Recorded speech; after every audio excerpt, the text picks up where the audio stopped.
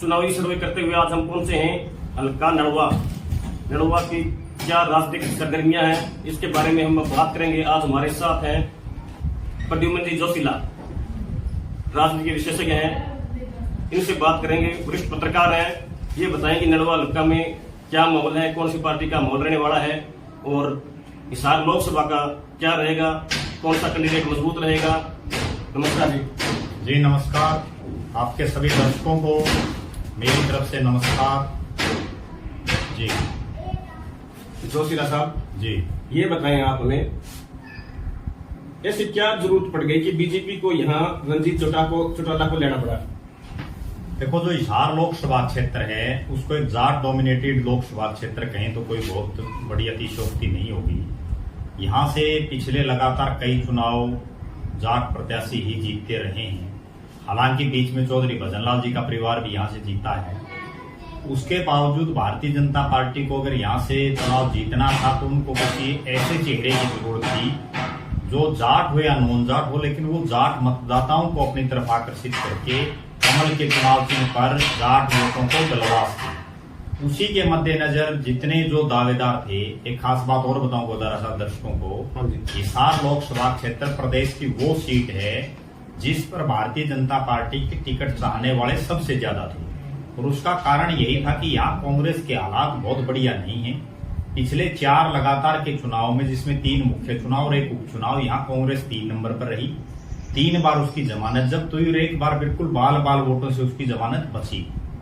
अब भी कांग्रेस की कोई बहुत बढ़िया हालात नहीं थी। वो तो भारतीय जनता पार्टी के जो हिसार से मौजूदा सांसद थे बृजेंद्र सिंह, उन्होंने एकाएक पलटी मारी और वो बीजेपी को छोड़ करके कांग्रेस में चले गए। तो अब कांग्रेस पहले से बेटर हालात में है। भारतीय जनता पार्टी का जो आपने प्रश्न पूछा कि जितने दावेदार थे उनमें से जाट वोटों को ज्यादा से ज्यादा कौन बीजेपी को दिलवा सकता है, उसी पैमाने पर रणजीत सिंह को टिकट दी गई। क्योंकि वो एक तो चौधरी देवीलाल के बेटे हैं जिनका जाट समाज में सबसे बड़ा नाम राजनीतिक रूप से लिया जा सकता है। दूसरी बड़ी बात, उन्होंने जब 2008 का आदमपुर का बाई इलेक्शन लड़ा, उसके बाद से वो लगातार हिसार के लोगों के संपर्क में रहे। हर महीने वो आए, जबकि और जितने दावेदार थे वो केवल मात्र अपने विधानसभा क्षेत्र तक या एक सराउंडिंग एरिया तक ही सीमित थे। उससे ज्यादा उनका कोई बहुत लंबा चौड़ा प्रभाव नहीं था। जैसे हम बात करें कैप्टन अभिमन्यु का बड़ा नाम चल रहा था जी, सीधा बिल्कुल, मतलब आरएसएस के वो नजदीकी हैं, उनका नाम चल रहा था कि यहाँ से तो कैप्टन अभिमन्यु पक्का ही है जी। लेकिन जो बीजेपी अपनी रणनीति के हिसाब से चलती है, अपने सर्वे करवाती है, 2-3 एजेंसियों से सर्वे करवाती है, फिर में उनको लगा कि कैप्टन अभिमन्यु नारलोक से आगे नहीं जा पाई।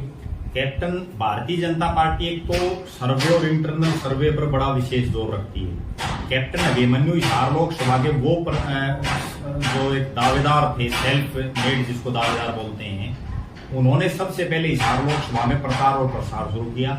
यहाँ कभी वो दिवाली मिलन समारोह, कभी नव वर्ष के बहाने, कभी नलवा हल्के में रैली, कभी बवानी खेड़ा में, कभी उचाणा, इस तरह से वो घूमते रहे। लेकिन हकीकत ये थी कि नारनौंद के अलावा उनका कोई बहुत लंबा चौड़ा राजनीतिक रूप से ग्राफ नहीं था। दूसरी बात, नारनौंद में भी जो जाट आरक्षण हुआ, जैसा सभी को पता है, और उसके बाद जो हालात बने, कैप्टन अभिमन्यु जी की जो कोठी जलाई गई और उसके बाद एक ऐसा सीन बना कि जाटों ने उन्हें अपना विरोधी समझ लिया, जिसकी वजह से उनको हार का भी सामना करना पड़ा।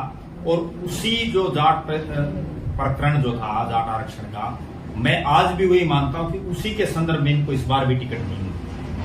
जहाँ तक हम बात करें कांग्रेस की, जी, कांग्रेस से कई दावेदारों के नाम सामने आ रहे थे, लेकिन अब ज्यादा चर्चा चलती है कि जयकर या वीरेंद्र, दोनों में यही बीजेपी को टिकट देंगे जी। इसका क्या मतलब? उनके पास तो चंद्रमोहन का भी नाम चल रहा था, अपने यहाँ प्रकाश का भी नाम चल रहा था जी। लेकिन अब ज्यादा चर्चा ज्यादातर यही चर्चा चल रही है कि विजेंद्र या वीरेंद्र ही होंगे। इसके बारे में देखो, एक खास बात बताऊं, राजनीति में जिसका शुरू में नाम चल जाता उसको बहुत बार टिकट नहीं मिलती। बीजेपी में कभी रणजीत सिंह का नाम नहीं चला, उनको टिकट मिल गई। कांग्रेस में बहुत से नेता ये दावा कर रहे थे कि वो टिकट लाएंगे या उनके समर्थक दावा कर रहे थे। लेकिन जो ही वीरेंद्र सिंह के परिवार ने कांग्रेस में एंट्री मारी, एक बहुत लंबा चौड़ा उनका राजनीतिक इतिहास, और चौधरी छोटूराम जो किसानों के सबसे बड़े नेताओं में शामिल हैं, उनके वो राजनीतिक वारिस हैं। लिहाजा जिस दिन उन्होंने एंट्री मारी उसी दिन ये तय हो गया था कि हिसार की सीट बृजेंद्र सिंह या वीरेंद्र सिंह। चौधरी वीरेंद्र सिंह के परिवार में किसी को मिलेगी। सिर्फ एक हालात में उनकी टिकट कट सकती है, अगर कांग्रेस आलाकमान उनको सोनीपत पार्लियामेंट से टिकट दे दे तो ही किसी नए प्रत्याशी पर यहाँ विचार किया जा सकता है। हम बात करें इनेलो की जी, इनेलो से सुनंदा चौटाला का नाम चल रहा है, तो ये क्या कारण है कि इन्होंने इस हार से सुनंदा चौटाला अपने वोट पक्के करने के लिए वो जो इनको 6% वोट चाहिए पार्टी के लिए, तो इनेलो का क्या यहाँ रहने वाला है? देखो, इंडियन नेशनल लोकदल के पास और कोई विकल्प नहीं है आज के दिन, क्योंकि जब इनेलो दो फाड़ हुई उसके बाद अभय सिंह चौटाला ने बहुत मेहनत की पार्टी को दोबारा खड़ा करने के लिए, लेकिन जब एक बार महल की कोई एक ईंट खिसक जाती है उसके बाद वो महल भुरभुरा करके गिर जाता धीरे धीरे, और वही सेम हालात इनेलो की बनी। इनेलो 20 से एक विधायक पर आ गई, उसके बाद ये हालात बनी कि उपचुनाव में बड़ी मुश्किल से जो है अभय सिंह चौटाला जीत पाए, जब सरकार ने अपने तमाम जो है संसाधन और सरकार ने पूरा जोर लगाया उनको हराने के लिए। आज ये हालात है कि इनेलो को जिंदा रखने के लिए, चुनाव चिन्ह को बचाने के लिए, राजनीतिक रूप से अगले विधानसभा चुनाव में पार्टी को कुछ मजबूती दिलाने के लिए चौटाला परिवार या चौधरी देवीलाल के परिवार से लोगों को चुनाव लड़ना ही लड़ना पड़ेगा। जहां तक बात है सुनैना चौटाला की, सुनैना चौटाला हिसार जिले के उपलाना विधानसभा के दौलतपुर गांव की बेटी है, और जब अभय सिंह चौटाला ने मेवात के सिंगार से हरियाणा परिवर्तन पद यात्रा निकाली, तभी से ऐसा लग रहा था जब वो यात्रा हिसार में आई कि यहाँ से सुनैना चौटाला ही इनेलो की प्रत्याशी होंगी, क्योंकि उस यात्रा में अभय सिंह चौटाला से भी ज्यादा पैदल सुनैना चौटाला चली गई। निश्चित रूप से उन्होंने संघर्ष किया है, और इनेलो के पास कोई और बहुत लंबा चौड़ा इस क्षेत्र में कोई विकल्प ही नहीं। इसके सिवा उनके पास और कोई उम्मीदवार नहीं जी, कोई मजबूत उम्मीदवार नहीं था। उम्मीदवार तो बहुत होते हैं, लेकिन उमेद लान का भी पहले जिक्र चल रहा था, लेकिन देखो उमेद लुहान का सुनैना के बाद वही मजबूत आदमी दिखाई दे रहा था। उसका कारण ये था कि उन्होंने बरवाड़ा और हांसी 2 विधानसभाओं से इनेलो की टिकट पर चुनाव लड़ चुके हैं, और इसके अलावा नारनौंद उनका खुद का जो है विधानसभा क्षेत्र है, लिहाजा 3 हल्के ऐसे थे जहां उनका अच्छा खासा एक वोट बैंक था। लेकिन सुनैना चौटाला का चूंकि बड़ा नाम है, चौधरी देवीलाल के परिवार की वो बहू है, तो लिहाजा उमेद लुहान से तो कहीं ना कहीं उनका ज्यादा फायदा पार्टी को मिलेगा। हम बात करें जसपा की, जी, ज्यादातर लोगों की यही चर्चा है कि इनको अंदर खाते बीजेपी के साथ सेटिंग है जी, तो इनकी तरफ से कौन मजबूत उम्मीदवार हो सकता है, या किसको ये कमजोर करेंगे या मजबूत देंगे? आज मैंने देखा यहाँ आजाद नगर में भी जी सखी मिलन समारोह इसका था, अपना नैना चौटाला का था जी। तो इनका क्या कुछ रहने वाला? देखो, जेजेपी का जहां तक मुझे लग रहा है अब असली मुकाबला सिर्फ जेजेपी और इनेलो में इस चीज का है कि 3 नंबर पर कौन आता है और 4 नंबर पर कौन आता है हिसार में। कम से कम हिसार लोकसभा में मुख्य मुकाबला आज के दिन बीजेपी वर्सेज कांग्रेस का दिखाई दे रहा है, और 3 और 4 की लड़ाई इनेलो और जेजेपी की है। उसमें जेजेपी को भी अपने मजबूत से मजबूत चेहरे उतारने होंगे। उसका कारण ये है कि अभी इसी महीने कुछ दिन पहले ही जेजेपी को सरकार से बाहर का रास्ता दिखा दिया गया। दुष्यंत चौटाला की जो उप मुख्यमंत्री की कुर्सी और उनके मंत्रियों की कुर्सियां चली गई। अब जेजेपी को जिंदा रखने के लिए और विधानसभा चुनाव में पहले से बेटर करने के लिए उनको अपने सबसे बड़े जो घोड़े हैं उनको चुनावी मैदान में उतारना पड़ेगा। और अब ऐसा लग रहा है कि हिसार लोकसभा क्षेत्र से जेजेपी का चौधरी देवीलाल के परिवार, चौधरी ओमप्रकाश चौटाला के परिवार से ही कोई ना कोई सदस्य अजय सिंह के परिवार से ही यहाँ से चुनाव लड़ेगा, और ऐसी संभावनाएं हैं कि वो नैना चौटाला को चुनावी मैदान में उतारेंगे, क्योंकि नैना चौटाला का भी खुद का गाँव आदमपुर का दड़ोली गाँव, तो लिहाजा ऐसा लग रहा है कि जो बारडा की विधायिका है नैना चौटाला, उन्हीं पर ही जेजेपी दांव खेल रही।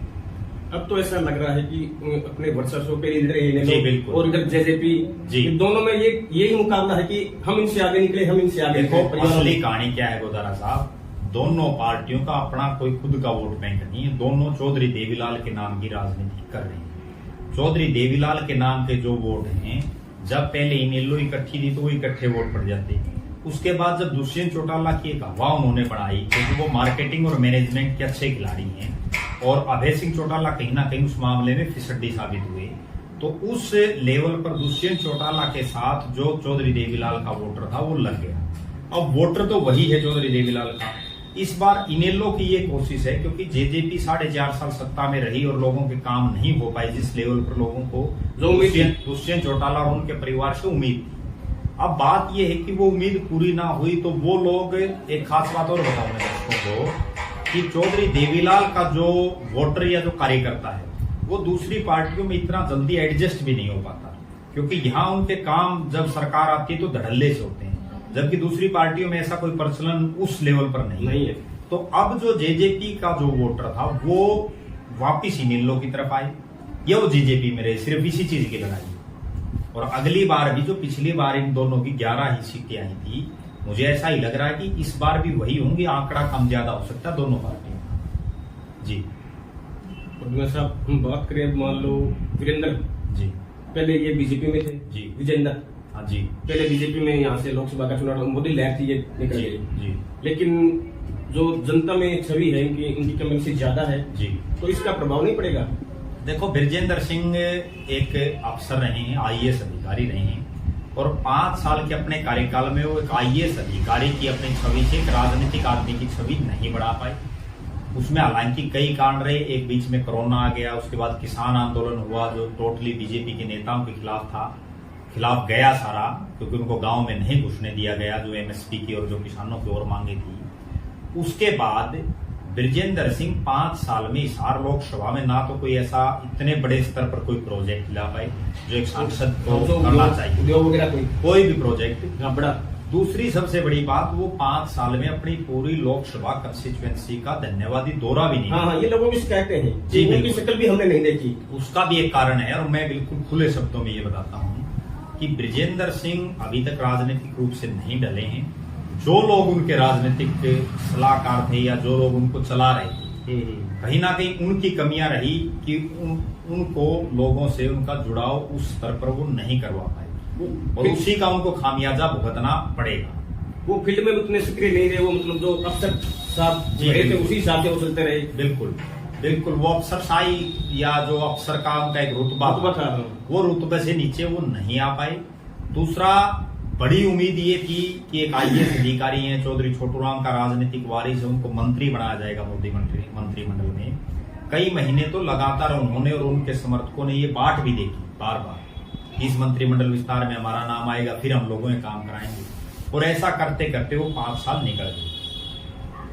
एक प्रद्युम्न साहब, बीजेपी के यहाँ सबसे मजबूत दावेदार, हम नौनजात की बात करें तो कुलदीप बिश्नोई थे जी। भजनलाल परिवार का इस जी हिसार जिले में बड़ा तो रहा है, बिल्कुल प्रभु तो रहा है जी।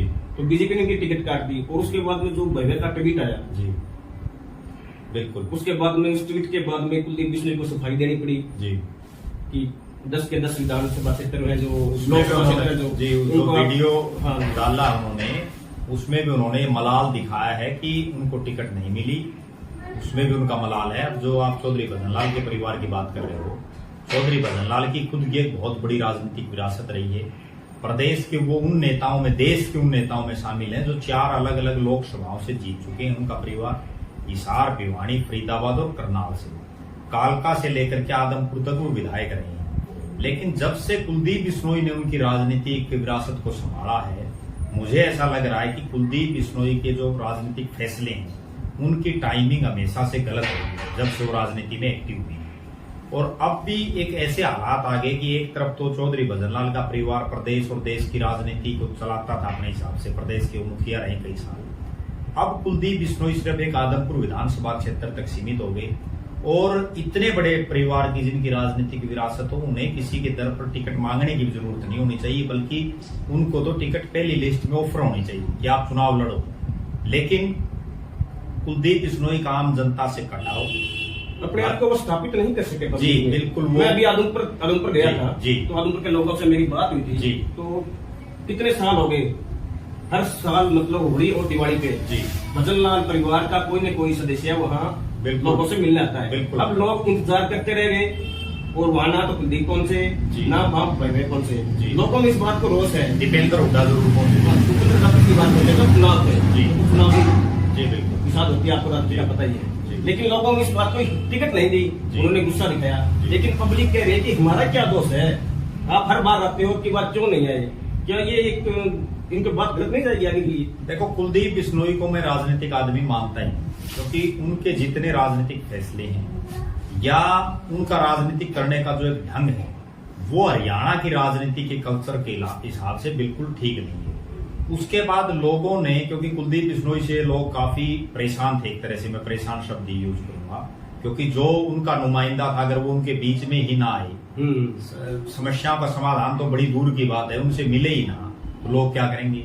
उसके बाद उन लोगों ने भव्य बिश्नोई को अपनाया, लेकिन भव्य बिश्नोई का भी जो पिछला लगभग 1.25 साल का जो कार्यकाल है उसमें भी कोई वो बहुत लंबा चौड़ा कुछ कर नहीं पाए। कल भी जब तो रणजीत सिंह चौटाला के कार्यालय का उद्घाटन था और जिसमें जो प्रदेश के वर्तमान मुख्यमंत्री नायब सिंह और पूर्व मुख्यमंत्री जिनको आजकल सुपर सीएम भी कहते हैं मनोहर लाल खट्टर जी दोनों आए हुए थे, और यहाँ भी कुलदीप बिश्नोई मंच पर नहीं आए। तो इसका मतलब कहीं ना कहीं उनके दिमाग में कुछ ना कुछ तो चल रहा है, वरना वो चुनावी कार्यालय के उद्घाटन पर जरूर आते।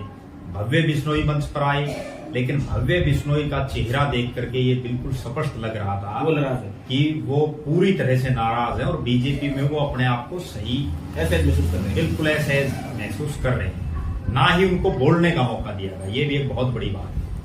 तो बात करें कैप्टन अभिमन्यु की, जी, उनको टिकट नहीं मिला जी, लेकिन बीजेपी ने उनको सेट कर दिया कि सबका प्रभारी बना दिया जी, लेकिन इनको जो अभी ताजा लिस्ट जारी हुई है जी, राजस्थान के चुनाव की बात करें जी, तो इसको कैंपेन में भी नहीं रखा, जबकि वहाँ की सीटें हैं जो मतलब 7-8 सीटें वहाँ बिश्नोई बोले हैं जी, और उन्होंने राजस्थान में पहले काम भी किया।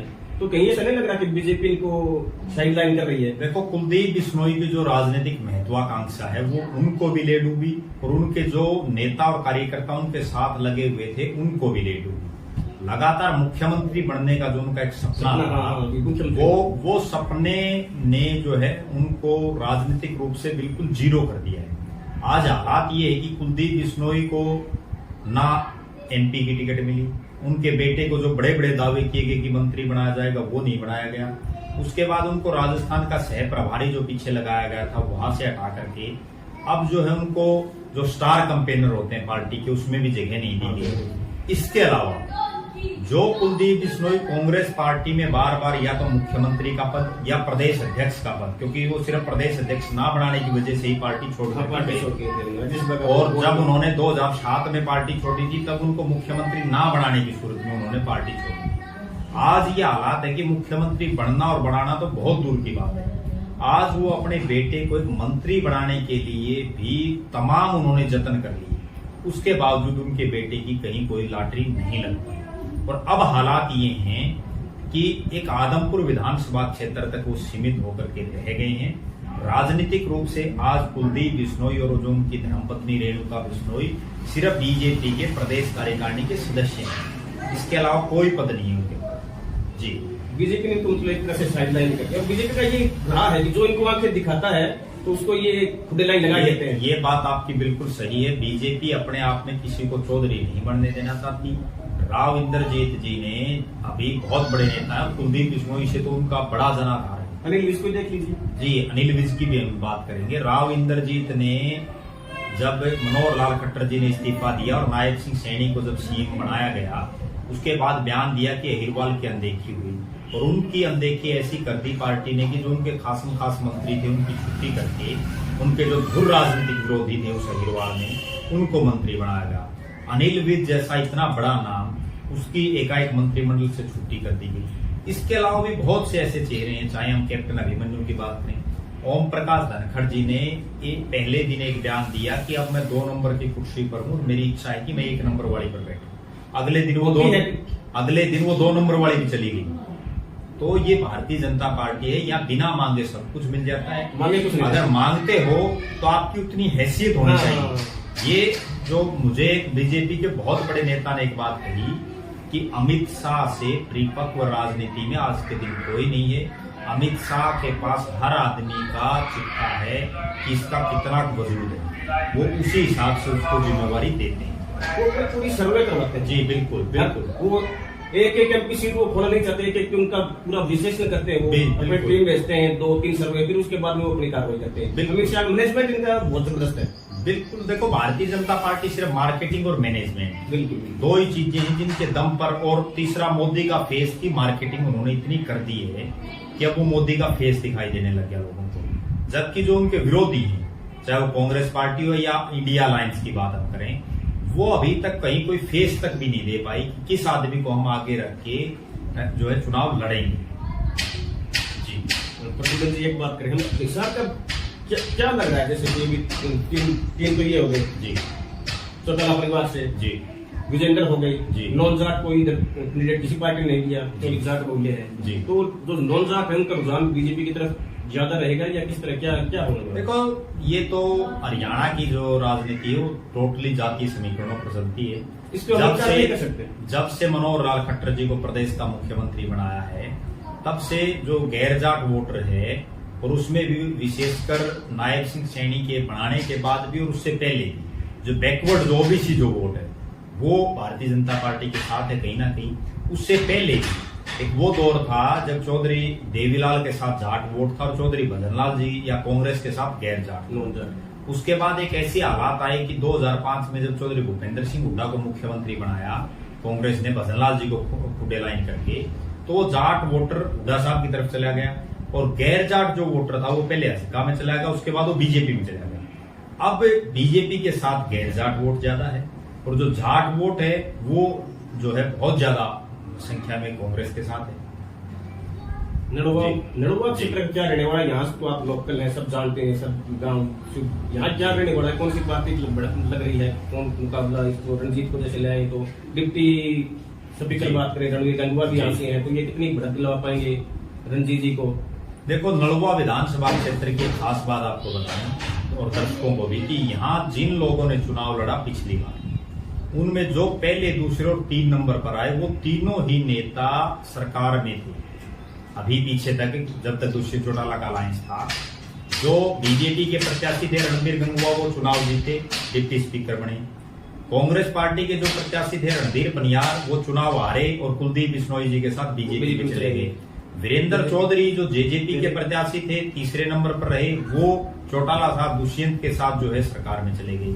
तीनों नेता सरकार में होने के बावजूद नलवा हल्के में कुछ नहीं हो पाया। पिछले 4.5 साल के कार्यकाल में कोई बड़ा प्रोजेक्ट नहीं आ पाया। इवन मैं सबसे बड़ी बात बताऊं, जो नलवा हल्के के रोड थे, मेजर रोड, जो बड़े रोड थे और जो गांव को जोड़ने वाले रोड थे, तमाम रोड पूरी तरह से टूटे हुए। एक रोड तो हिसार और तोशाम का रोड था जिस पर 5 विधायक और 2 सांसद आते हैं उस 40 किलोमीटर के एरिया में, और उस रोड पर अगर कोई आदमी पैदल भी चल के दिखा दे तो भी उसकी बहुत बड़ी बहादुरी होगी। या पानी का मुद्दा हो, लगातार किसान यहाँ आंदोलन कर रहे हैं। नलवा हल्के में 32 गांव पुराने आदमपुर हल्के के आते हैं, उनमें भी पानी की बड़ी समस्या है। 19 गांव पुराने गुआणी खेड़ा हल्के के आते हैं जो नलवा का क्षेत्र है, उसमें तो पानी की और ज्यादा बड़ी समस्या है। लेकिन यहाँ के तीनों नुमाइंदे जो सरकार में थे और जो पूर्व मंत्री प्रोफेसर संपत सिंह जो इससे पहले यहाँ से विधायक रहे हैं, उन चारों ही नेताओं ने जिनकी जिम्मेवारी बनती थी, उन्होंने इस क्षेत्र की तरफ कोई सुध बुध नहीं ली। और उसका नतीजा ये है कि यहाँ रणजीत सिंह को तो वोट पड़ सकते हैं, लेकिन अगर इन नेताओं को रणजीत सिंह अपने साथ रखेंगे जिन्होंने 4.5 साल में कुछ नहीं किया, तो उसका खामियाजा जी बिल्कुल उसका खामियाजा रणजीत सिंह को भुगतना पड़ सकता है। क्यों? उसका भी एक कारण है।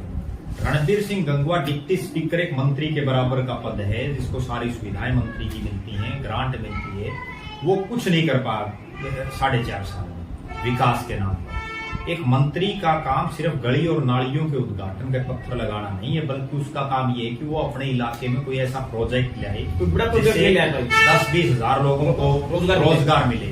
इस क्षेत्र का एक बहुत बड़ा गांव, सबसे बड़ा गांव है मंगाड़ी, इसमें 5 पंचायतें हैं और उस मंगाड़ी गांव में आज से कई साल पहले, कई महीने पहले प्रदेश के मुख्यमंत्री मनोहर लाल खट्टर जी बहुत सी घोषणाएं करके गए थे। वो कॉलेज की भी घोषणा करके गए थे, लेकिन वो तमाम घोषणाएं कोई सिरे नहीं चढ़ पाई है। कोई छुटमुट होगी तो वो एक अलग बात है, लेकिन जो बड़ी घोषणाएं जो मुख्यमंत्री जी ने की कुछ नहीं हो पाया। इसके अलावा नलवा विधानसभा क्षेत्र में टोटली एक ड्राई एरिया है, यहाँ लगातार किसान धरने पर बैठे रहे। एक और खास बात बताऊं, जहां हम बैठे हैं इसी आजाद नगर में, इसको मिनी हरियाणा या मिनी भारत भी हम कह सकते हैं। यहाँ पूरे भारत के अलग अलग राज्यों के लोग रहते हैं।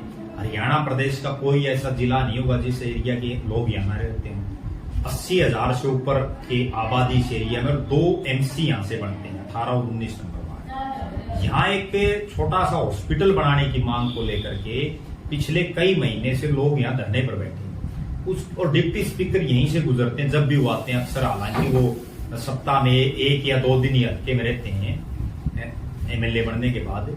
उसके बावजूद वो एक छोटा सा अस्पताल इस एरिया की जनता को नहीं दे पाए, जहां 80,000 से ऊपर तो आबादी आजाद नगर की और इसके आसपास के तमाम गांव, लगभग 1.5 लाख की आबादी के लिए, और एक अस्पताल बनवाने के लिए अगर लोगों को धरना करना पड़े, प्रदर्शन करना पड़े, हड़ताल पर बैठना पड़े, तो आप अंदाजा लगाओ कि उस क्षेत्र का किस लेवल पर विकास उस विधायक ने करवाया।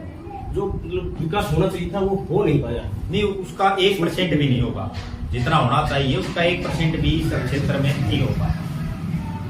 लोगों को उम्मीदें बहुत ज्यादा थी, और उम्मीदें इसलिए बड़ी लोगों की कि जो फर्स्ट, सेकंड और थर्ड, यानी जिनको लगभग 98-99% वोट जिन लोगों को दिया हल्के की जनता ने, वो तीनों ही नेता सरकार में, उसके बावजूद वो कुछ नहीं करवा पाए। तो कहीं ना कहीं नाकामी तो उन नेताओं की, सरकार की बजाय। एक बात हुई, हिसार की लोकसभा की हॉट सीट है जी, और विजेंद्र के आने से या वीरेंद्र के आने से बिल्कुल मुकाबला नेट टू नेट रहेगा। ये हिंदुस्तान की वो सीट बनने जा रही है जिस पर एक परिवार के 3 सदस्य आमने सामने हैं। और दूसरी बड़ी बात, हरियाणा प्रदेश की सबसे हॉट सीटों में ये सीट होगी।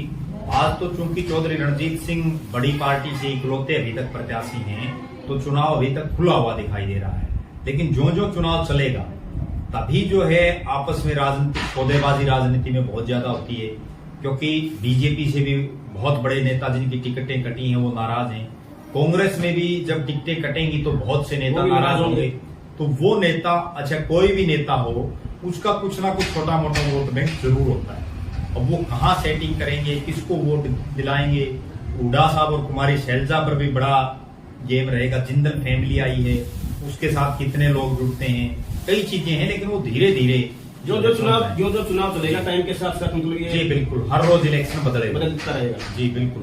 जो आपने ये इतनी जो एरिया की जानकारी आपने हमें बताई, उसके लिए आपका धन्यवाद जी। ये थे हमारे साथ नरवाल हल्का से प्रद्युमन जी जोशीला, जो हिसार में बड़े सक्रिय हैं और बड़े राजनीति के विशेषज्ञ हैं। हर बात आपको बताई। आगे भी कभी हम इधर चक्कर लगाएंगे तो दोबारा आपसे मिलेंगे। जी जरूर। शुक्रिया, धन्यवाद।